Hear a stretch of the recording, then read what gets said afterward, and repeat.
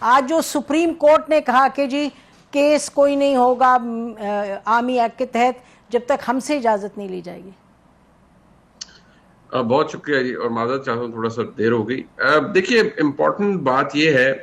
کہ supreme court کے اندر جو کہا گیا ہے اٹارنی جنرل کی جانب سے بھی، ٹھیک ہے وہ ڈاکیومنٹ ضرور ہو گیا ہے، سپریم کورٹ نے ایک ہدایات ضرور جاری کر دی ہیں، لیکن جو انڈرسٹینڈنگ ہے بہت سے لوگوں کے سے ملنے کے بعد وہ تو یہی ہے کہ اگر اب بھی چلے، کیونکہ غیر معینہ مدت کے لیے وہ ہو گئی، انہوں نے ایڈجرن کر دیا معاملہ، یہ ضرور معاملہ آ چکا ہے اور کہہ دیا انہوں نے، لیکن جو سینس ہمیں ملتی ہے وہ یہ کہ سپریم کورٹ کا فیصلہ چاہے جو مرضی آئے، لیکن اگر سوچ لیا گیا ہے کہ ملٹری ٹرائل ہونا ہے کچھ لوگوں کا ملٹری کورٹس کے تحت، تو وہ پھر ہوگا. اس میں گنجائش نہیں ہوگی کہ کسی اور سے کوئی ڈکٹیشن لی جائے یا کسی اور کی بات مانی جائے. آلدو یہ بات بڑی ڈراسٹک ہے، کیونکہ ہم بہرحال ایک فنکشننگ ڈیموکریسی کے اندر رہتے ہیں، ہمارے ملک میں ایک مروجہ آئین موجود ہے اور سپریم کورٹ ملک کی سب سے بڑی عدالت ہے، اور اگر وہاں سے کوئی حکم جاری ہو جاتا ہے تو تمام ادارے بشمول حکومت اس پر عملداری کے پابند ہیں. لیکن جو سینٹیمنٹ ہمیں مل رہا ہے وہ یہ ہے کہ اس معاملے کے اندر اگر کسی نے رکھنا ڈالا تو اس کو ڈس ریگارڈ کیا جائے گا اور اس سے کوئی چیز رکے گی نہیں. اور جو بات 9 مئی کے واقعات کے حوالے سے ہے، جس جے آئی ڈی کا آپ نے ابتدائیے میں ذکر کیا کہ اس کے ٹیزرز آ رہے ہیں، یہ ٹیزرز تو ظاہری بات ہے اب اس کی کیونکہ فائنل شکل کچھ سامنے نکل رہی ہوگی تب آ رہی ہوگی. یہ سینس تو ہم سب کو پہلے ہی پتا تھی کہ یہ کام ہونا ہے، اور جس طرح سے بعد میں جیسے ایف آئی آر درج ہوئی اس کے بعد عمران خان صاحب کا نامزدگی ہوئی ان کیسز کے اندر، جو کہ قانونی پروسیس ہے، ہو بھی سکتی ہے، تو اس سے اندازہ یہ ہوتا ہے کہ یہ فیصلہ تو ہو چکا ہے کہ عمران خان کی گرفتاری تو چلے کس سٹیج پہ کرتے ہیں، لیکن ان کا ٹرائل یا ان کو کم از کم امپلیکیٹ کیا جائے گا اس 9 مئی کے واقعے کے اندر، even indirectly, but obviously government کو یا ریاست کو کچھ نہ کچھ ایویڈنس سامنے لانا پڑے گا. اور عمران خان کو میرے خیال میں یہ ماحول موجود ہے کہ ان کو ملٹری ایکٹ کے تحت ہی ان کا مقدمہ آگے چلے گا. انسداد دہشت گردی کے قانون کے اوپر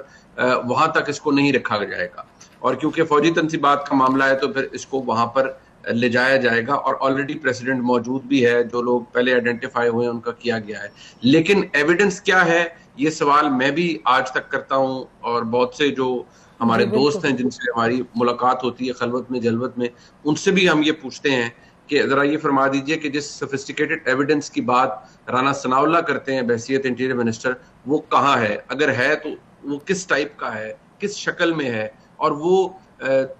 اس کی کتنی سفٹنگ ہو چکی ہے، کس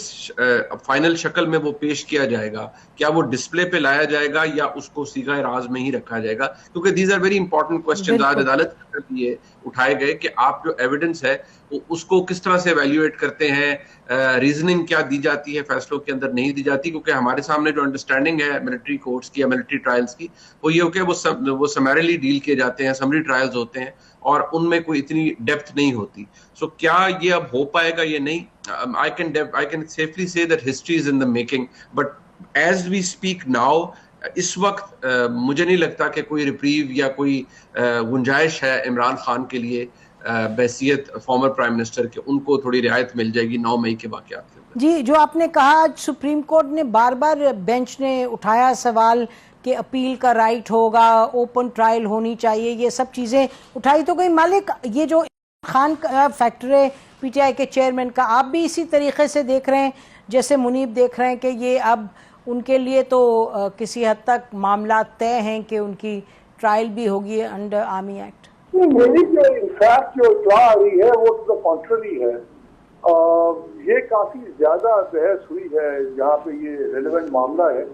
اور مجھے تو تاثر یہ ملا ہے کہ امپریشن یہ کریٹ کیا جا رہا ہے کہ پورا زور ہے اور یہ ڈیسائیڈڈ میٹر ہے، یہ ملٹری کورٹ میں جائے گا. لیکن جو وہاں سے وائٹ جب آ رہی ہے وہ تو کانٹرری آ رہی ہے کہ ایٹ دی لاسٹ مومنٹ یہ شاید ٹیررسٹ کورٹ میں لے کے جائیں اے ٹی سی میں، بٹ دے ول انشور کہ 30 دن کے اندر فیصلہ ہو. برحال یہ فیصلہ ادھر ہونا ہے، نہ میں نے کرنا، نہ آپ نے، نہ منیب نے. لیکن میرا اپنا ذاتی بھی تاثر یہ تھا کہ ملٹری کورٹ کی